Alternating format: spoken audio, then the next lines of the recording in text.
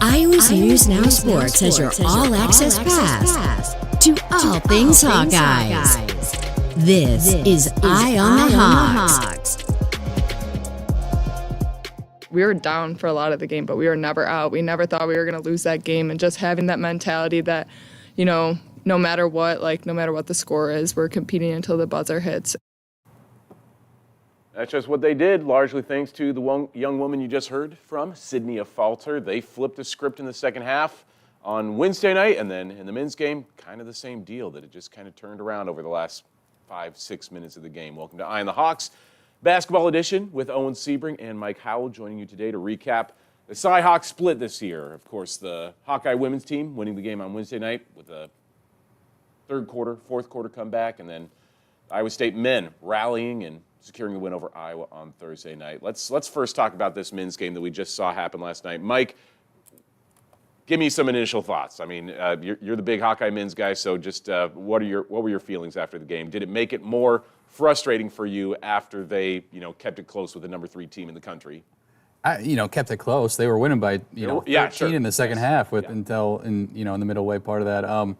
It's almost worse. I'd almost rather get blown out because I'm sitting there chatting with my friends, oh yeah, we're gonna, this is gonna be a huge win on the resume, or we weren't saying that for the most part. I think a lot of us were saying we're gonna blow this, just we're waiting for it. But it's somehow you're playing the third best team in the country. What I think was heading in before I even said it on Tuesday whenever we went, a legitimate Final Four contender, and you feel like you should have won, Yeah.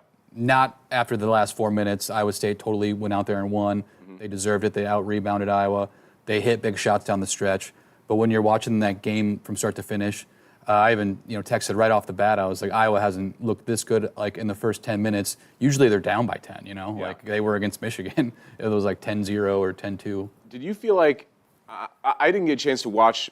Honestly, I turned it on. I was out shooting a couple wrestling meets, so I didn't get back to turn it on until about the last 4 minutes of the game. So all I saw was Iowa State dominating. And so did you feel like for most of the game that Iowa genuinely looked like the better team for the rest of the game? Or was it just Iowa State's not in their shots, Iowa's looking lucky, they're catching some breaks? Was Iowa legitimately the better team for whatever that would be, 36 minutes? That's an interesting way to put it, because I saw some fans say that Iowa was better on the night. I personally don't think that. I think it's so hard to describe because Iowa State is extremely, extremely good defensively, and they pressure even on the perimeter. They're very good on-ball defenders, 1 through 5, even into the bench. Mm-hmm. Every guy they had out there, they were up in their faces. Iowa played flawlessly though. So to their point, on offense, when they were able to find open shots, they were nailing them. Yeah. And Iowa State too, to their credit and to Iowa's credit, Lajay Dembele hit 2 threes in the first half. Mm-hmm. He's hit 4 all year. He usually doesn't shoot that hot from 3. Owen hit a 3. It's guys that they were letting shoot. Some of them were making them. Yep. So and they were able to get to the rim. Now Iowa State on offense, I think you could tell, at least I could, that Iowa State was getting to the rim. They were missing some shots, and I was like, man. I even tweeted out from our account, can Iowa keep it up? Because it was more so that Iowa was hitting shots, and Iowa State, I don't think it was getting breaks, but Iowa State was missing some shots that they probably make on a better night. Mm-hmm. Do we want to hear from Fran what he had to say after this loss? I mean, I know that was a frustrating way for it to end for Fran, and he gave all the credit to Iowa State, but let's hear from what. This is Fran, and then there's a shot from Peyton at the end. Okay. We went small with a small lineup, so you run the risk of that happening. I thought our small lineup was really good. We had 2 turnovers in the second half. We had plenty of shot opportunities to win the game, and made a bunch, then didn't make them. So, I could go big and get more rebounds, but then who knows what would have happened on the other end. Kids played hard, did a lot of good stuff. And you got to give them credit. Those 2 guys made 3s. They're good players, and they stepped up and made shots. You got to give it to them. Don't talk about we should have done this and we could have done that. They made shots. They're very good players.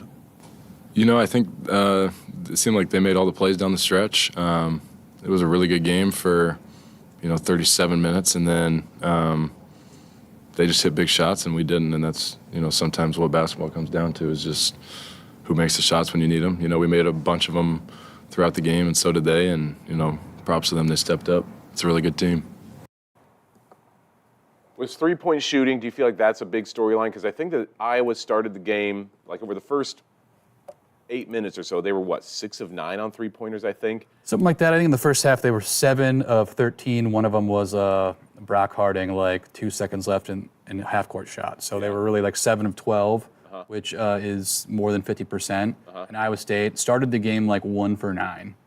Well, then Iowa finishes 11 of 28. Yeah. So, I think everybody knew that their hot three-point shooting wasn't going to stay up, but for it to drop that significantly to finish that well below, under 50%. And it seemed like their offense was just stagnant. There wasn't a lot of, in the first half and even in the early part of the second half, it looked to me like they were getting more drives. I don't know if Iowa State's defensive intensity picked up in the second half, but they were really clamping down and weren't letting Iowa move the ball like they wanted to. Does it still concern you? I know the other day we talked about Peyton Sandfort. He finishes with 13 points, 3 of 10 on three-pointers, 5 of 15 from the field. Does his performance still concern you a little bit? Just because, again, I know there's more options this year, more guys that they can distribute the ball to, but still, you would kind of want that guy who had a chance to maybe go and enter the NBA draft that decided to come back. You'd maybe want to see a 20-point night out of him in a game like this. Yeah, it really does. And, I love Peyton Sandfort, and, Great. Some of the memories he's made as a Hawkeye with that Michigan State game and all the big shots he's made, I don't really want to come off like I think the kid's a bum or anything, because I don't. I think he's good. Yeah. I don't know if there's something lingering with that injury he was battling through. I know he mentioned it against Washington State, but this is I was wondering at the end of the game when he missed a couple shots. He was, 3 from 10 last night, so 30% from 3. Yep. And a couple of those were towards the end of the game. I was wondering, and his defense isn't that great, especially when he's having to cover, a lot of times he had to cover, I think, Jackson, their 4. And it's that's a total mismatch on that end. And it's, it's size, it's whatever, because Fran just said they went small, Yeah. I'm why don't we have Price in there? Because he can hit a 3. He's not as good as a three-point shooter. This year he's probably better percentage-wise, but his defense is better. So I was almost wondering, could you limit his minutes? He played 39 minutes last night. And Peyton, on the year, is shooting 38 from the field, 31 from 3, which I would assume is lower. I didn't check out his career. I feel like just as a general rule, you want them to be at about, for a guy who's a three-point shooter or a girl who's a three-point shooter, you want to see at least 35%, I feel like. Yeah, and once you get below 30, it's kind of bad. Yeah. But against the 3 best teams that we've played, Iowa State, Michigan, and Utah State, he's shooting 28% from the floor, 24 from 3. Jeez. Including a 1 for 13 against Utah State. I know he was hurt during that game, I think. Nursed an injury. 3 for 10 from Iowa State, 4 for 10 from Michigan. So it makes you wonder, against these teams, and Iowa State and Michigan, of course, have better defenses. So, there's one of your reasons that he could be, struggling against them. It's just, if the team wants to get over the hump, and contend against some better teams in the Big Ten, he has to perform better. Yeah. And he even admitted it too. So I feel like I'm not taking a shot. He said it himself, they need to hit shots. I hate to see it for him just because, again, he had a chance. If he would have entered the NBA draft, he probably would have gotten drafted, right? Maybe late second round. People were saying. I think you could be a role player, and I think he would excel at three-point shooting. Mm-hmm. Again, I don't think his defense is there where they could rely on that in an NBA game, but maybe he'd be guarding someone smaller, like a 2. I don't know. It's just so hard to see that happen where a guy comes back and it's he's not helping his draft stock with what's happened so far. It's a long season. We're still just in mid-December, and so there's a lot of opportunities left, of course, for him to get himself right before the NBA draft time actually comes. But this has just not been the Peyton Sandfort that I'm sure he wanted or the fans wanted to see out of him to start the season. I was surprised to see, just the other day we were talking about how well Price has played this year, and he only got less than 4 minutes on the floor last night. Again, what goes into that where Price, who'd played well this year, only gets a few minutes of playing time? So I know for the viewers out there, Owen, you said you were covering some wrestling. I don't know if you listened to Fran's presser, but they asked him about that. Okay. And he said, yeah, I probably should have gotten him some more minutes, but the final 5 that were out there, is like they were giving us a lot of good stuff, so I just rode with them. Really? Is basically what he said. Yeah. Which makes sense. And again, basketball, when you're going on those highs and lows and everything, but some people were questioning whether their legs were tired because they were missing so many shots late. I think they ended the last 4 or 5 minutes outside of the layup that Brock scored at the end. It was like 1 for 13 on shots, just not good. So they basically said it wasn't fatigue. I'm not sure exactly what explains that, but it was just disappointing, down the stretch when even they mentioned, hit the shots and we win, Yeah. I'm almost surprised that Owen didn't play more. 25 minutes for Owen. I mean, again, a guy like that, I would think that you want him out on the floor a little bit more than that. And he wasn't necessarily in foul trouble. I know that was his big thing last year, was getting into foul trouble. He finished the night only with 2 fouls. So I'm surprised that Owen didn't get a little bit more playing time. I mean, Iowa State's got some big bodies out there. You'd want him around. It was good to see at least, one thing you can hang your hat on is that they are back and fully healthy. As fully as, you can expect to be at this point in the year with Seydou Traore. He played 14 minutes last night, made a couple of field goals. Having some him big back. free throws down the stretch that I think he hit 2 when it was tied, at 70, 72 range. So yeah. It's an interesting talking point about where this team comes from here, because you have 2 opportunities, actually 3 if you count Utah State, at good wins. Top 30 net wins. I think all 3 are in. Iowa State is sitting around 6, Michigan sitting at 25, I think, and Utah State's in the top 30, I believe. Yeah. So going forward, I looked at it this morning. In the Big Ten schedule, Iowa has 8 more games against top 30 net teams, which is SEC probably has the other half of those, but because they're dang good conference this year. They have 10 against the top 40. Okay. So it's going to be tough. They have opportunities, is the good thing. Yeah. But if you look at where Iowa's ranked, and I know the rankings don't mean you're automatically going to beat a team lower or lose to a team, higher. It's just, a lot of factors go into the grind of a Big Ten schedule, but can they keep up the intensity? The Hawkeyes, it seemed, were they played one of their best games, at least for 35 minutes last night, and can they keep that intensity night in and night out against the Big Ten? It's going to be interesting to see, but the good news is they have opportunities to get good wins, but they have to go out and grit them. They're 0 for 3 right now.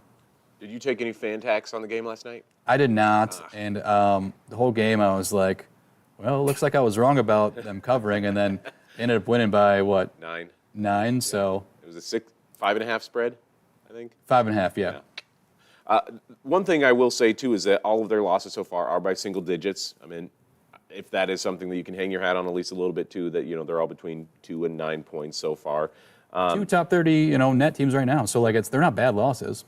Am I crazy to remember it this way, that there are a lot of similar storylines from last year that have carried over at least into this loss? Weren't there a lot of games last year where last 6 minutes Iowa kind of collapsed, where they might have a lead or they're playing close and then the last 6 minutes are no good? It seems to me that's a theme past decade or so. Okay. But I don't remember specifics last year. I do think this team is better than last year's. They have more moxie, I think. I think Drew got his first start last night, Drew Thalwell, who's someone I've been clamoring to get in the starting lineup for a while. Yeah. And Laje Dembele, who had been starting, came off the bench, and he looked a lot better coming off the bench. So I wonder if that's a factor. 3 for 3 on 3-pointers. Wow. Yeah. That's kind of nuts that he hit 3 3-pointers, to be honest, because he can hit the 3, but he doesn't hit it from that clip, or from, I guess he only shot 3, but you know what I mean? All of his shots. He played well, too, because I don't know, I have the rebounds in front of me, but he got a lot of rebounds, it seemed. And 4. Okay, so maybe not as much as I thought. But, I thought those 2 played well, and Traore probably gets more minutes once he's fully healthy. Sure. Yeah. Thelwell actually, he led them in rebounds with 6. That, too, again, you'd like to see Owen out there grabbing a few more. I feel like he was just a bigger threat to rebound last year. Final 6 minutes of the game, Iowa was outscored 20-8. They only had 2 field goals in the final 6 minutes, and they were pretty meaningless Brock Harding buckets in the last 30 seconds when the game was already pretty much decided. And I just feel like I kind of remember that same trend in a handful of their Big Ten games last year, that just like hitting field goals over the final 4 minutes seems like it just was a common theme for that team. And I don't know what you do there, if it's conditioning, if it's just like the clutch gene, because that is where, as we found out each of the last 2 nights, that's where games are made or broken, is the last 4 minutes or 10 minutes if you're the women's team. Yeah, definitely. And I don't know what it is, but I do think there is a part of it that you're not running your offense. You're almost trying to run the clock down, and then at 10 seconds, like, what do you do when the defense is, got to sit for 20 seconds, and then, you have to jack up a 3 or something. They did have some shots when the game was still 1 possession where they could have either tied or take the lead, and they missed them. So that's where, when Peyton was talking about we have to hit our shots late, they hit them in the first half, but when the pressure's on, it didn't seem like they could connect. Did the crowd end up being a pretty decent crowd out there? It looked like from the shots I saw that Curtis was shooting highlights, and it seemed like they had a pretty decent crowd on hand eventually. It looked like it. I thought so. I think you could hear, I watched it from home, like when someone started a Let's Go Hawks chant, I think a couple times you could hear Let's Go State. Okay. So I wonder how many Iowa State fans go, but I wasn't there, so I saw Scott Docterman post a picture from the game, and he said that it was just like, it almost looked like 50-50 black versus red out there. Here's some video I'll throw up. We can tell. That's the student section, so it's going to be all black. Yeah. But he said there were more Iowa State fans there even than when the Illini fans come over and make like the Orange Crush road that trip. Can't be true. Unless, if you're watching on YouTube right now, where Curtis is sitting, it'd be those stands behind him where all the fans would be, the Iowa State fans would be. Sure. That's where the Illinois fans usually are. Okay. But I've been at Carver once when the entire back row, like opposite the student section, was like orange. So that'd be tough to imagine, but I wasn't there, so I'd take his word for it, I guess. Sure. Yeah.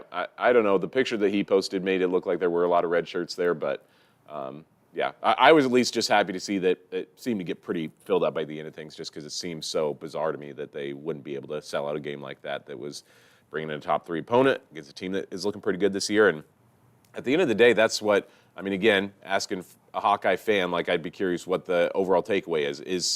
Is it still an encouraging loss? Are you more encouraged by the fact that this team could hang with the number 3 team in the country, or more discouraged by the fact that they blew another lead?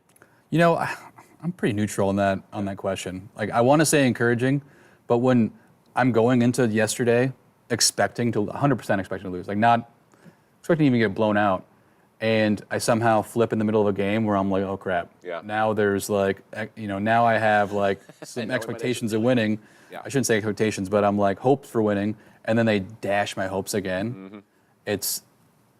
I think you should be encouraged, though, because Iowa State is really good. I'd be shocked if they, faltered and didn't contend for a Big 12 title, which is still a good league, even though they're not as good as they were last year.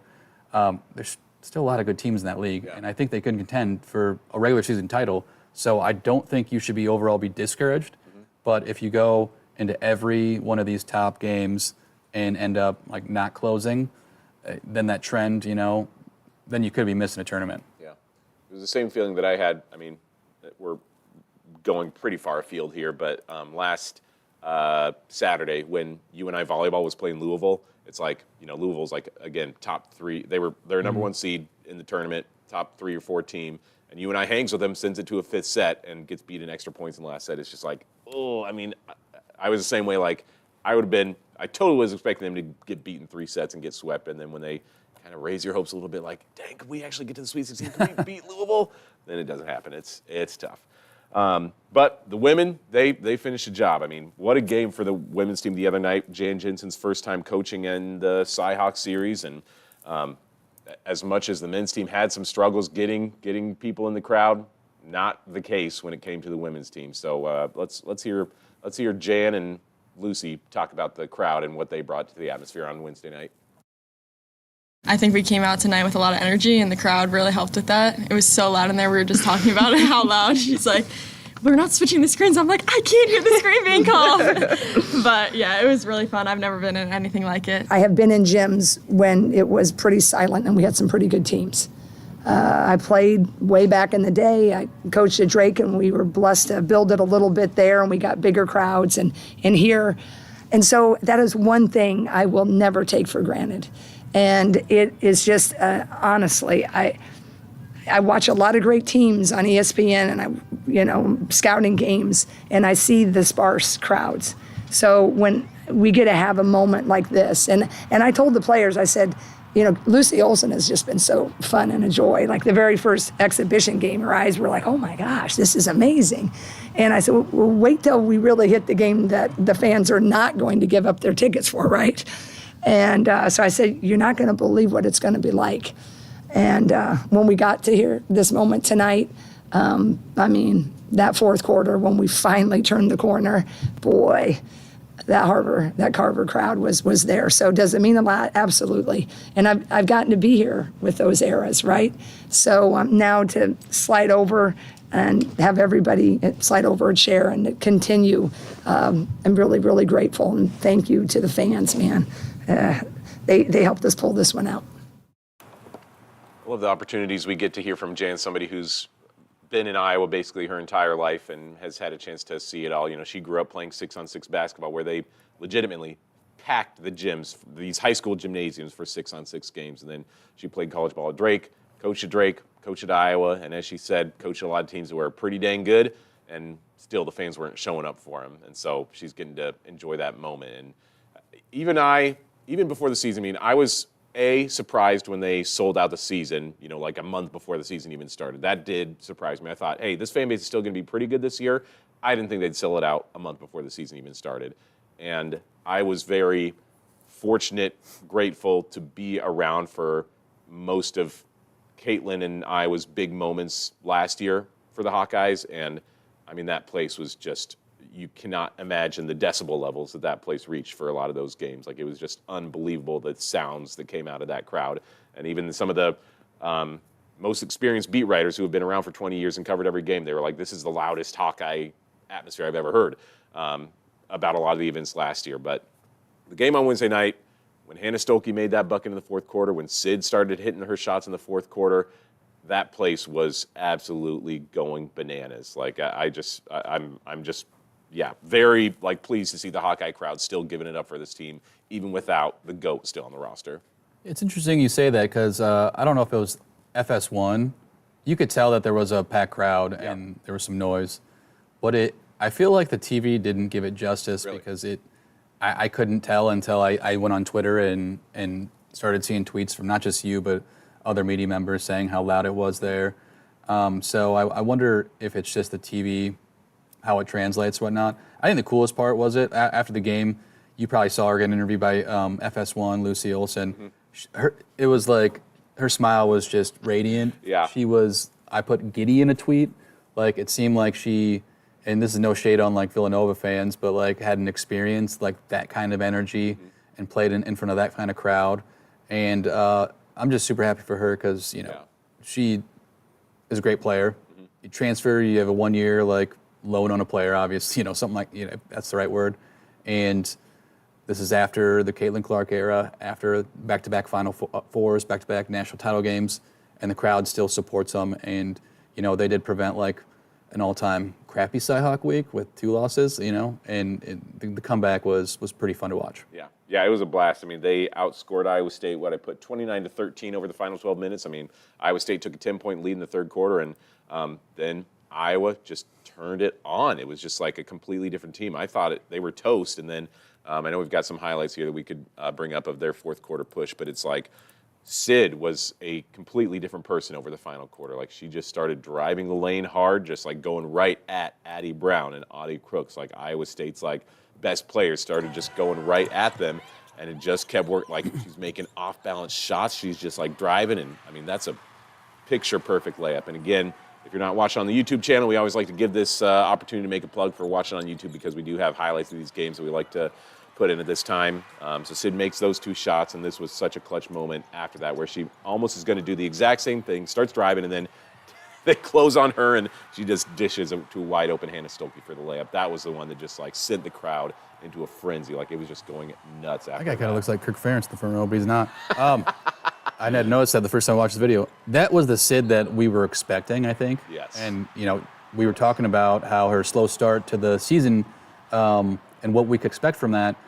But she really took over in that second half. And if she's doing that stuff, Iowa is even better. And Lucy Olson's such a godsend. Just the kind of shots she can get her own shots off.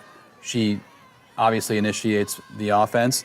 And, I didn't know how it was going to work out because she's not that shooter that Caitlin is. She's not the one kind of player that will spread the floor, And Iowa's three-point shooting hadn't been that great early on in the season. And, her getting, what did she have, 21? I don't have a box score up on.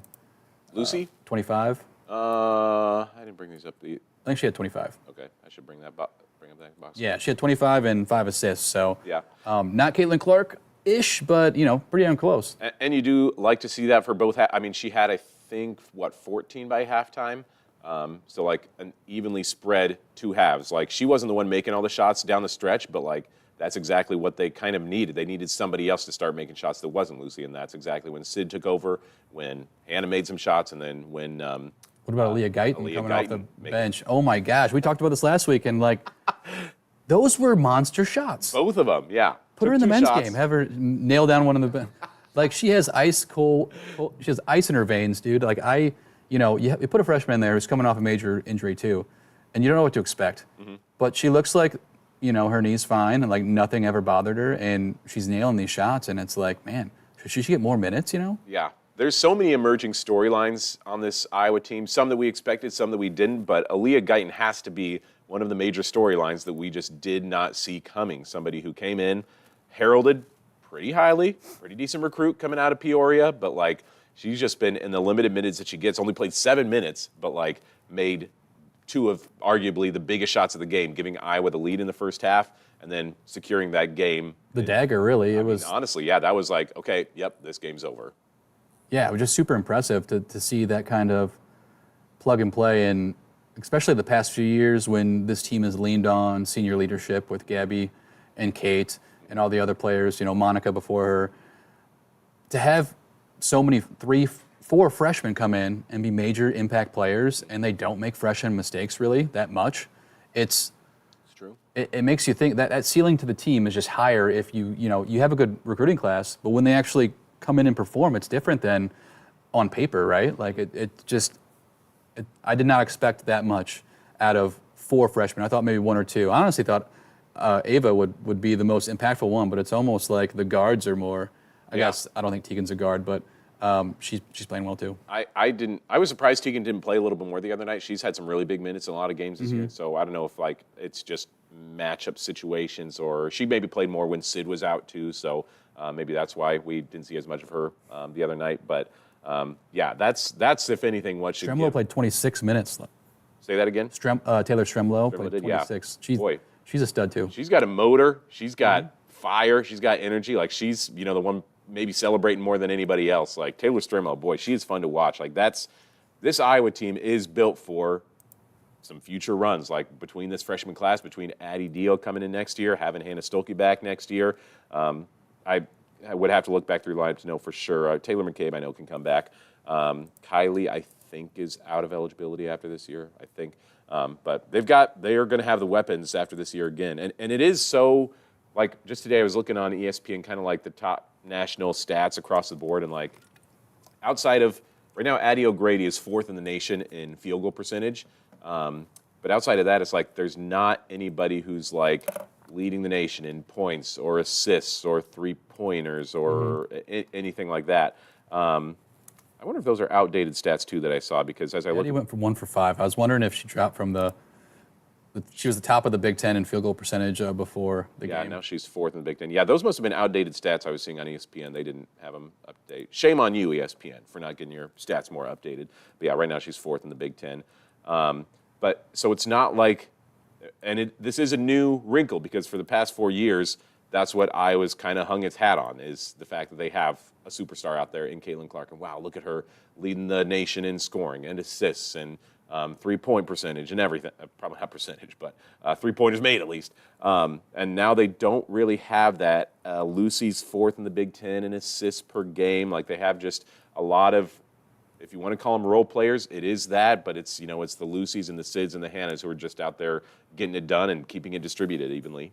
2 things. One, I just looked on the Big Ten site. She did have 70% on field goal, but Addie is still first, it says right here, at 67.7, and the second place is Grace Miracle at 66. On the Big Ten site, what I'm seeing is Allie Van Timmeren from Michigan is number You have one. to go over and click field goal percentage, and because That's what I'm clicking on, baby. It shows this girl from Michigan is 76.5% field goal percentage. did you go to qualified for field goal percentage leaderboard on the far right? No, we can. Anyway, there's a lot of buttons. The second thing I was going to say, and right. you know, You're right. with all those offensive categories, you know, maybe taking a dip, obviously, 'cause the defense is a lot better. Like they don't just let teams score, you know, run down the lane. They actually play team defense, and Lucy's really long and stuff, and she can cause some problems. I believe Emily Ryan had like 10 turnovers just by herself. They forced like, let me look up. I want to look at the team's stats real quick. They had obviously more than 10. They had turnovers.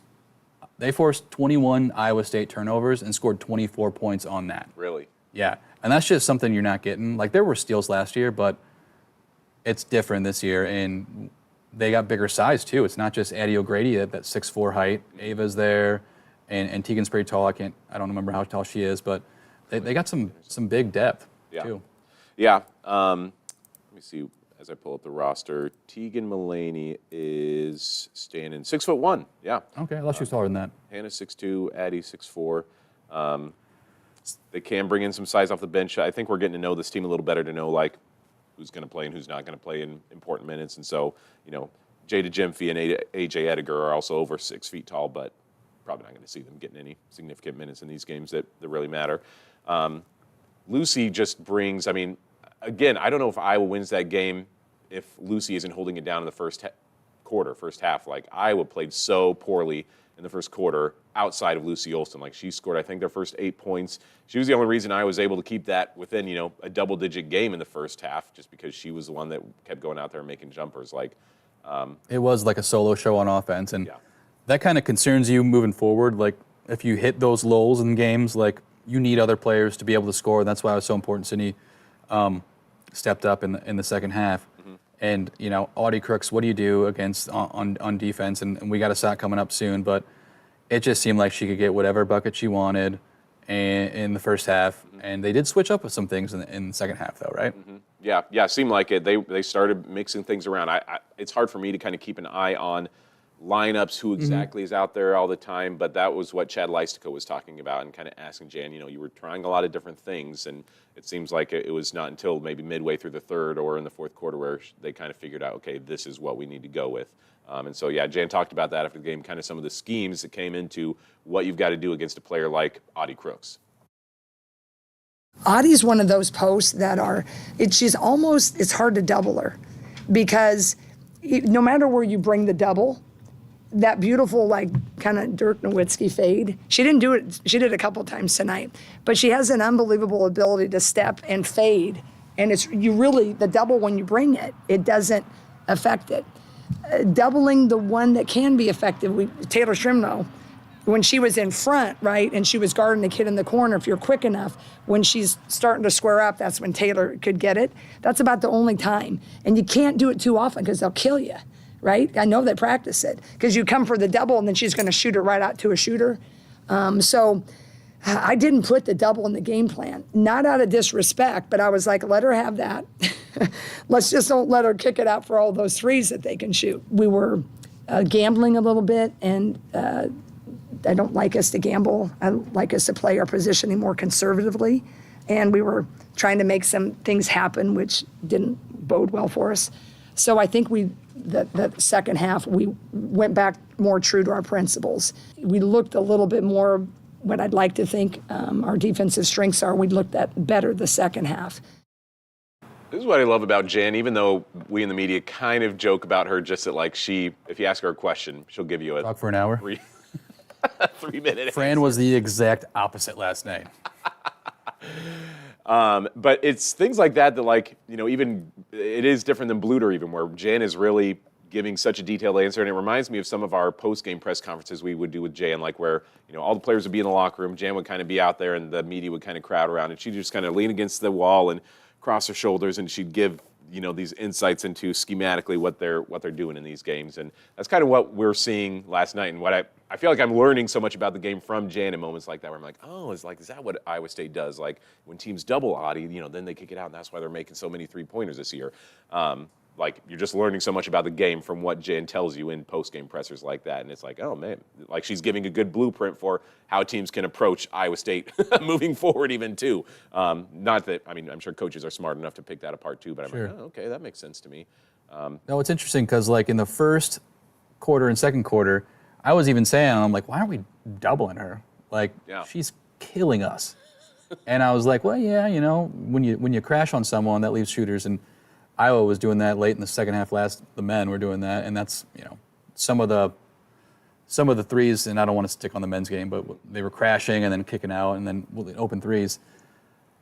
The one thing I did notice too, and I don't know if you really talked about it there, was in the first half it was mainly Addie O'Grady, Ava Hayden, big for big, guarding her, and they did fairly okay. You can't keep a player like. Is she going to be an All-American, right? Audie Crooks, is she like a? Gotta think so. She's one of the best players in the country, I think. You can't keep her from scoring, but you can limit her effectiveness, when you can. And then late in the second half, they switched Hannah to guard her mostly. Hannah guarded her a few times in the first half, but mainly it was like every time down the court in the second half. And Hannah's a little quicker; she can get around her more, and she denied entry a few times. And there were a few times where she was focusing on catching the ball, and then like Stremolo would run around and smack it out of her hands. It just is a different way to guard, and she wasn't used to that for the rest of the game. So I wonder if that made a big impact. I also wonder if she was getting a little tired, because it seemed like she was, this Audie Crooks, careless with the ball more, and that's why I see maybe they kind of went away from her in the second half. I'm not sure if that's the case. That's just what I was seeing. Yeah, she only scored 4 points in the fourth quarter. I know 2 of those were with 7 seconds left in the game when it was already out of hand. But yeah, you saw, I posted the video clip the other day about with Hannah, just getting in front of her and tipping the ball away. That was just such a perfect defensive series that she had on that one possession. She did it a couple other times too, where, a lot of people, again, try to approach Audie, get between her and the basket, maybe you can draw a foul or something, try to get, but Hannah was just like, I'm going to get in front of her, leave her open to the basket, but just Hannah's length is enough, and she's got enough of a vertical leap. Since she was a freshman, this team, and Jane has talked about how good of a jumper she is, how much vert she's got. And so she was just able to get out in front of there. When she's on an entry pass coming in, just reached up and tipped away. And even if it goes out of bounds, you're at least preventing Audie Crooks from getting the ball. And that's going to be a huge benefit for Hannah and for that team's defense to be able to at least have that length, that size, and that vertical ability, preventing teams from getting into the post. Yeah, no, totally. This is just a wild. I was looking at the ESPN team stats or whatever, and if you didn't know the score, and this is a random basketball game, and you looked at these stats, who would you think is going to win? Team A, 51.9% from the field. Team B, 42%. 3-pointers, Iowa State, that was Team A. 46% from 3, Iowa 32% from 3. And rebounds, Iowa State out-rebounded Iowa 37-33. Really? Now, those 3 stats, I give you that, you're like, all right, Iowa State's winning comfortably. But then you add in, like we said earlier, the turnovers 21-9.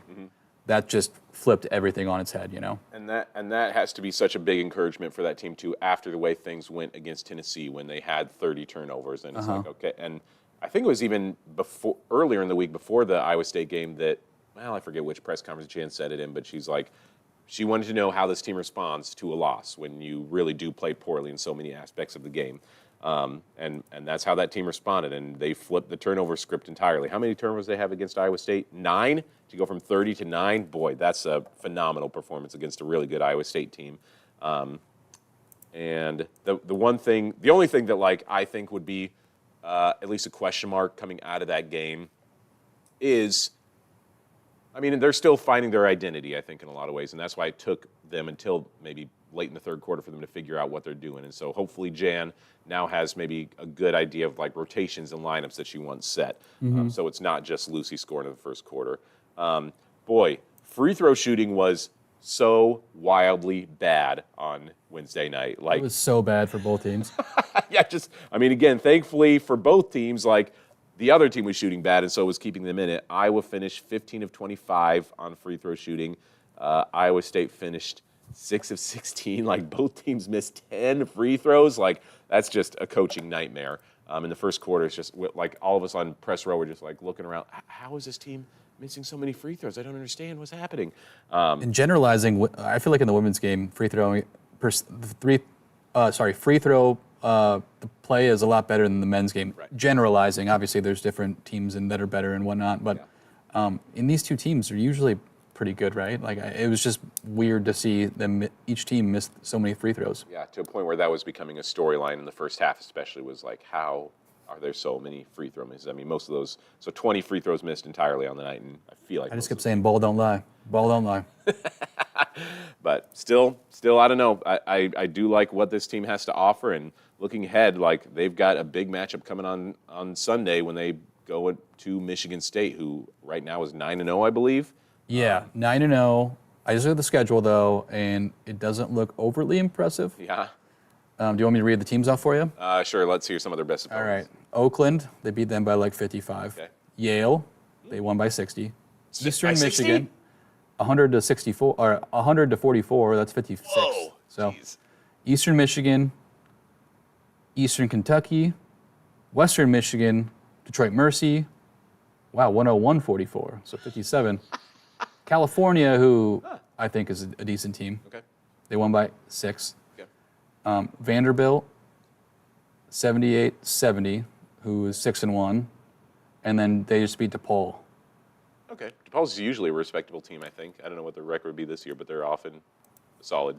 Yeah, no ranked teams. They're 3-7, so they're actually not good this year. Okay. Yeah. Where's the whatever power rankings? Have you seen where I have not seen many women's power rankings. I don't know if they've been released yet. Yeah. But if nothing else, again, it's another good test. Like, this team has had a tough, for speaking about Iowa, this team has had a tough schedule lately with Tennessee and Iowa State and now Michigan State, all three teams that are ranked or were ranked or going to be ranked. All three teams are probably going to be playing in the NCAA tournament. Like, yeah, Michigan State's a solid squad and a good test for them coming on Sunday. Actually, I just found the net rankings, so if you wanted me to see where they're at, Iowa's ranked 36th in the net. Michigan State is 7th. Really? Okay. How's that happen when they're playing such bad teams? Well, they have a large win margins. Like, that helps when you're winning games by 60? It does help in the metrics, but they don't have that many impressive wins, so, like, that's interesting. Yeah. Okay.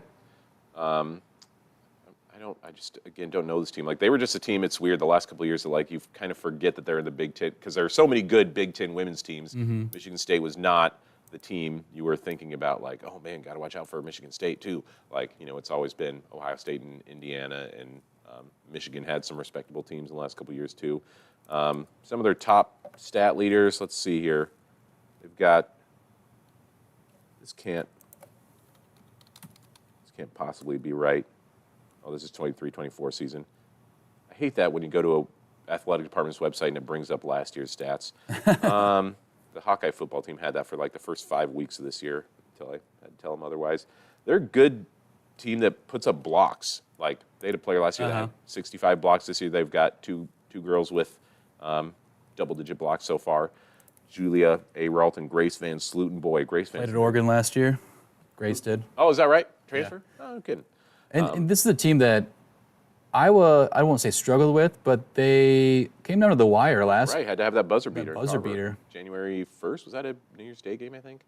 I'm not sure on the date, but I just remember the shot. Yeah. It was a pretty good game. And I think Michigan State's going to be highly motivated to beat this Iowa team. Mm-hmm. So, we'll see. They've got, who's leading them in score? Yeah, same players. A. Ralton and Van Sluten are leading them in scoring 15 and 16 points. Taryn Halleck, I'm going to pronounce it, 12 points a game. But this team just continues to get tested, and as we go throughout the season, the identity keeps kind of fleshing itself out with the Hawkeye women's team, and I think they're figuring out too, and I think that Iowa State game provided them with some answers. I'm hearing a lot more Hawkeye State chants than I feel like we should at this point, because there's still one more step in the way to make this. I saw this take, Hawkeye and I State. disagree with you fully. Really? So Yeah. you think, say you and I State win, championship different than the Hawkeye State Cyclone State thing. you think that only one game determines this, who has the state? Yeah, I mean, like honestly, if I'm being truthful, it's literally the Hawkeye State. That's the nickname of the state. Yes, of course. So that's what I always respond to when Iowa State wins. I will say that in football, certainly that is the case, even if you and I, in one of the years where they... If you and I beats Iowa, like, I'm not going to say it's the Panther State. I will absolutely say it's the Well, Panther I know, you're a Uni grad. I won't respect it. I feel like everybody should say it's the Panther State. If you and I beats Iowa, and they beat Iowa State, and if they end up they've still got to beat Drake. Yeah, you got to beat Drake. You can't even say it. They probably play twice. What if they split? It's true if Drake pulls it off, but then Drake already lost to both Iowa and Iowa State, so whose state is it then? Well, that's why I'm saying, like, I think it's just, if I'm going to answer honestly, like, it's a Cyhawk, like, saying, Right. Just because a majority of the state are Iowa State and Iowa fans. So, like, you just say that to them specifically. Mm-hmm. I don't think it's like a quad thing. I think for football, again, what I was going to say is, like, for football, yes. Like, even in a year where you and I beats Iowa State, if Iowa beats Iowa State then or whatever, it's still going to be a Hawkeye State, obviously. But for basketball, I don't know. I still see it a little different when these teams are doing when they actually do play each other, which they do in women's basketball still. And not every sport, obviously men's, they don't play you and I and Drake. Volleyball, they don't always play each other. A lot of sports, they don't get a chance to actually match up with them. But in a significant sport in Iowa, like women's basketball, where all the teams are good and where these games actually do matter, like, oh man, you better believe I am, and I hope that Hawkeye fans aren't still saying Hawkeye State if you and I manages to pull it off next week. Not that I think that is going to happen. I just differentiate that from the state champ stuff. Like, they totally, if you and I wins, they totally are the state champs. That thing. Yeah. I put them in like two different categories. That's just what yeah. Yeah, and UNI's having a good year. I mean, speaking about teams with single-digit losses, like every one of their losses is by single digits, and they've played tough against a lot of good, like, Power 4 teams. So that really will be, I think, an interesting game coming next Friday night.